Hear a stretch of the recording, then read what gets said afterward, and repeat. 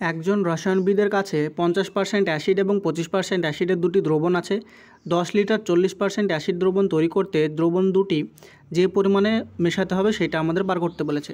তো এখানে আমাদের দুটো মিশ্রণ আছে, যেখানে একটা হচ্ছে 50% অ্যাসিড আছে এবং একটাতে আছে 25% অ্যাসিড। এই যে 50% এবং 25% অ্যাসিড আছে, সেখান থেকে আমাদেরকে 40% অ্যাসিডের একটা দ্রবণ তৈরি করতে বলেছে।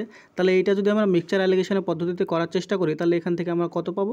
40% অ্যাসিডের দ্রবণ তৈরি করতে বলেছে। তো এইটা ফর্মুলা হচ্ছে 40টা যেহেতু 25-এর থেকে বড়, তার জন্য 40 থেকে 25 মাইনাস করলে এখানে আমরা পাবো 15, আর 50 থেকে 40 মাইনাস করলে এখানে আমরা পাবো কত? 10। তাহলে 15 আর 10-এর যদি আমরা রেশিও নির্ণয় করি, তাহলে রেশিওটা কত হবে?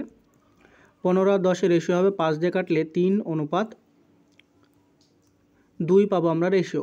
এবার আমাদেরকে কোশ্চেনে বলেছিল যে আমাদেরকে 10 লিটার 40% অ্যাসিড দ্রবণ তৈরি করতে হবে, কিন্তু আমাদের অনুপাতে কত পেলাম? অনুপাতে পেলাম 3:2, অর্থাৎ আমাদের 3:2 প্লাস 5 ইউনিট যে পরিমাণটা পেলাম সেইটার ভ্যালু দেওয়া আছে আমাদেরকে 10 লিটার। তাহলে 5 অনুপাতের ভ্যালু যদি 10 লিটার হয়, তাহলে এখান থেকে আমাদেরকে 3 অনুপাত এবং 2 অনুপাত যে অনুপাতটাতে মেশানো হয়েছে সেইটার ভ্যালু বার করতে বলেছে। তাহলে 1 ইউনিটের ভ্যালু কত হবে? এখান থেকে 5 ইউনিটের ভ্যালু যদি 10 হয়, তাহলে 1 ইউনিটের ভ্যালু হবে 2 লিটার। এবার আমাদেরকে বলেছে যে 50% যে অ্যাসিড সেটা কত মেশাতে হবে এবং 25% যে অ্যাসিড দ্রবণ ছিল সেটা কত মেশাতে হবে। তাহলে 1-এর ভ্যালু যদি 2 লিটার হয়, তাহলে 3-এর ভ্যালু কত হবে?